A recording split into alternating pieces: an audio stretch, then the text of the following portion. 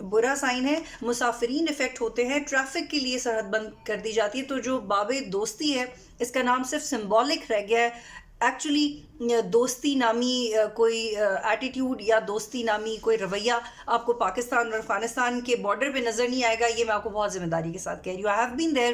میں نے افغانستان اور پاکستان کا بارڈر, پرٹیکولرلی تورخم بارڈر چل کے کراس کیا ہوا ہے. It's a big huge exercise جہاں پہ لوگ گھنٹوں دنوں کھڑے رہتے ہیں اپنے ویزوں کے لیے.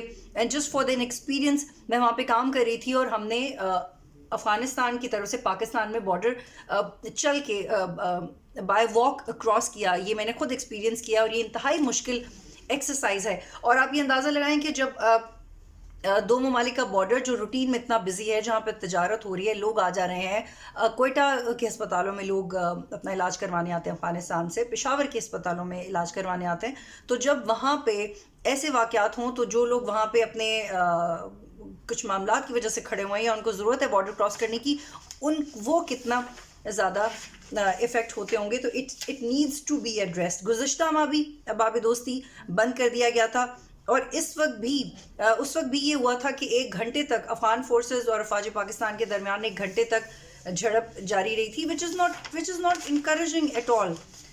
اور یہ ہم بہت ڈپلومیٹک مشنز دیکھتے ہیں, ٹورز کرتے ہیں, پیپل ٹو پیپل کانٹیکٹ کی ہمیں مثالیں دی جاتی ہیں کہ ہم افغانستان کی یونیورسٹیز میں جا رہے ہیں, ہم وہاں کی ٹی وی چینلز میں جا رہے ہیں, ان کی جرنلسٹ کے ساتھ کمیونیکیٹ کر رہے ہیں, ایک انڈرسٹینڈنگ کریٹ کرنے کی کوشش کی جا رہی ہے.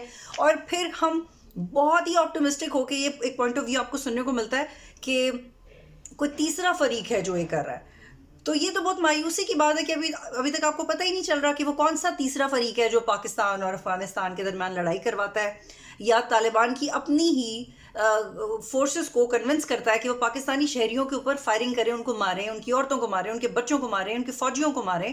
یہ آپ سارا ملبہ انڈیا پہ نہیں ڈال سکتے.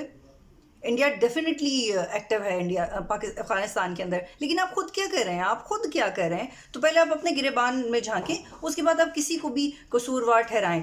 اور جتنی بھی ریسنٹلی پاکستان کی طرف سے معیشت کے حوالے سے آفرز کی گئی افغانستان کو دی گئی کہ ہم سستا کوئلہ آپ سے لیں گے یا اتنے 1000 ٹن کوئلہ آئے گا, اس کے حوالے سے کیا اپڈیٹ ہے وہ بھی آپ کو آفیشلی کوئی خاص پوائنٹ آف ویو نہیں ملتا. کچھ دن پہلے کا واقعہ, 9 دسمبر کا واقعہ, 11 دسمبر کا واقعہ, آج کا واقعہ پریشان کن ہے, بلوچستان کی عوام کے لیے پریشان کن ہے, تورخم بارڈر کے قریب جو لوگ رہتے ہیں ان کے لیے پریشان کن ہے. آپ یقین کریں, آپ بارڈر پہ جائیں گے تو آپ کو پتہ چلے گا کہ لوگ ویل چیئر پہ انتظار کر رہے ہوتے ہیں, خواتین کہ وہ پاکستان کے اندر آئیں اور علاج کروائیں. تو اگر ایک طرف افغانستان کی ریلائنس پاکستان کے اوپر اتنی ہے کہ وہاں کے لوگ وہاں پہ علاج تک نہیں کروا سکتے, اور جو کابل کے اندر ہسپتال بن رہے ہیں اس میں پاکستان کی طرف سے ایک ہیوج فنڈنگ ہے جو کہ میں نے خود وہاں جا کے کام کیا ہے, میں نے خود وٹنس کیا ہے. تو یہ جو بائلیٹرل تعلق ہے جب بھی استوار ہونے لگتا ہے تو اس کو ختم کرنے کی کوشش کی جاتی ہے. اینڈ آئی بلیو کہ جب ہمارے ادارے ڈومیسٹک پالیٹکس میں زیادہ مصروف ہو جاتے ہیں تو ان کو بھی افغانستان نظر نہیں آتا. اور افغانستان میں افغان طالبان ویسے ہی they're trying to make their institutions strong. ابھی ان کو اتنا سینس نہیں ہے کہ انہوں نے پروفیشنلی کس طرح سے کنڈکٹ کرنی ہے چیزیں, اور وہ خود اپنے منہ سے بات کرتے ہیں اگر آپ ان سے پوچھیں کہ ان کو کیا پرابلمز ہیں. It is very important to address this metre.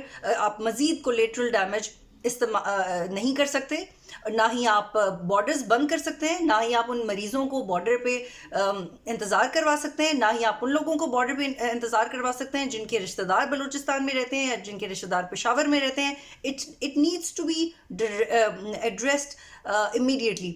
اور اس طرح کی جھڑپیں جب سے, جیسے کہ میں نے آپ کو پہلے بتایا کہ اس طرح کی جھڑپیں جب سے افغان طالبان نے اقتدار سنبھالا ہے تو یہ تو دوسرا واقعہ ہے. لیکن اس سے پہلے 2017 میں مردم شماری کی تنازع پر اس وقت کے افغان فورسز اور پاکستانی اہلکاروں کے درمیان فائرنگ ہوئی تھی, لڑائی ہوئی تھی, جس کے بعد سے 50 سے زیادہ افراد مارے گئے تھے. پاکستان اور افغانستان کے درمیان 26 کلومیٹرز کا بارڈر ہے, انفیکٹ اس سے تھوڑا زیادہ ہے, اور چمن اور تورخم 2 بڑی سرحد کی گزرگاہیں ہیں جو کہ عام طور پہ کھلی رہتی ہیں, اور جب بھی ایسا کوئی واقعہ ہوتا ہے تو ان گزرگاہوں کو بند کرنا پڑتا ہے. اور جو سرکاری اعداد و شمار ہیں 25 سے 30 ہزار پاکستانی اور افغانی پاسپورٹ اور ویزے کے بغیر سرحد عبور کرتے ہیں. اور تو یہ اس میں بھی ایک چینج کی ضرورت ہے کہ آپ کو پتہ ہونا چاہیے کہ اگر کوئی شخص افغانستان سے آ رہا ہے تو اس کا ویزا کیا ہے یا اس کی ڈیٹیلز کیا ہیں, اس کی وجہ سے بھی بہت سارے لوگ بارڈر کراس کرتے ہیں.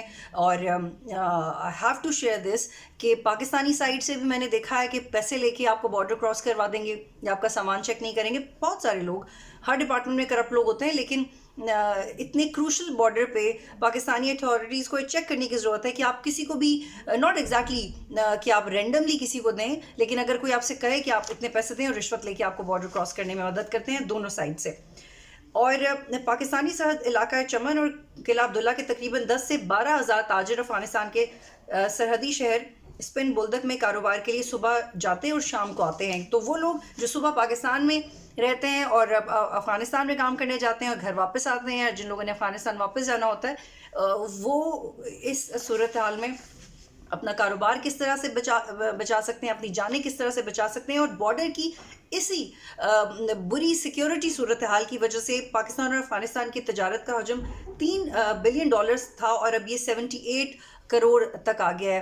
78 کروڑ سے $3 ارب سے کم ہو کے 78 کروڑ تک آ گیا ہے. اور یہ انفیکٹ بہت سارے پازیٹیو جیسچرز پاکستان سے دیے گئے. افغانستان سے آنے والے پھل اور سبزیوں پہ سیلز ٹیکس ختم کیا گیا، لیکن یہ بہت اچھا اقدام تھا. لیکن طالبان حکومت اب تک اپنا نظام ہی بحال نہیں کر سکی، اور تاجروں کو 1,000 سے زائد گاڑیاں بھی ہم نے دیکھا ہے کہ کھڑی رہی ہیں پچھلے کچھ عرصے میں. انفیکٹ جب میں نے ریسنٹلی وزٹ کیا تھا تو آپ 10 سے 15 منٹ کی ڈرائیو، آپ تورخم سے 10 سے 15 منٹ کی ڈرائیو آگے آ جاتے ہیں، لیکن جو ٹرکس ہیں ان کی آپ کو وہ فریکوینسی اور وہ رش آپ کو ختم ہوتا دکھائی نہیں دیتا. اس کی وجہ کہ ایسا کوئی سسٹم نہیں ہے کہ بڑی ایفیشنسی سے دونوں بارڈرز کے درمیان آمد و رفت کا سلسلہ سموتھ کیا جا سکے.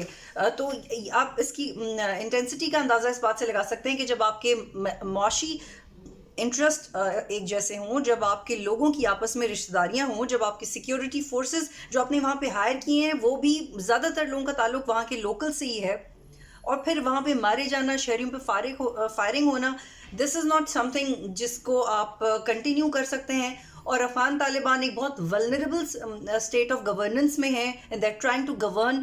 اس طرح کے واقعات IS کی پریزنس میں طالبان کو مزید کمزور کریں گے، خاص طور پہ تب جب کہ ان کے پاس اپنا پیسہ بھی نہیں. اور $7 بلین کا اسلحہ جو امریکہ چھوڑ کے گیا تھا وہ بھی کچھ طالبان کے پاس ہے، کچھ دوسرے گروپس کے پاس ہے. تو اس کا ناجائز استعمال اور ارسپانسبل وہ فورسز جو ڈسپلن نہیں ہے ان کی موجودگی میں پاکستان کیا پالیسی بناتا ہے اور اس چیز کو کیسے روکتا ہے، یہ بہت میٹر کرتا ہے. جو دونوں سائڈز کے لوگ ہیں ہم اکثر ان سے بات کرتے ہیں تو ان کا مطالبہ یہ کہ جیسے ایرانی سرحد کے اوپر انہوں نے ایک پراپر بڑا پروسیجرل طریقہ کار اپنایا ہوا ہے، اور وہ یہ کہ جو ایران اور جو ان کے ہمسایہ ممالک کے حکام ہیں ان کے تاجر، کسٹمز، ان کے متعلقہ اداروں کے نمائندوں پہ مشتمل ایک کمیٹی بنائی جاتی ہے جو کہ ان کی روٹین ہے، اور ہفتہ وار ان کا اجلاس ہوتا ہے.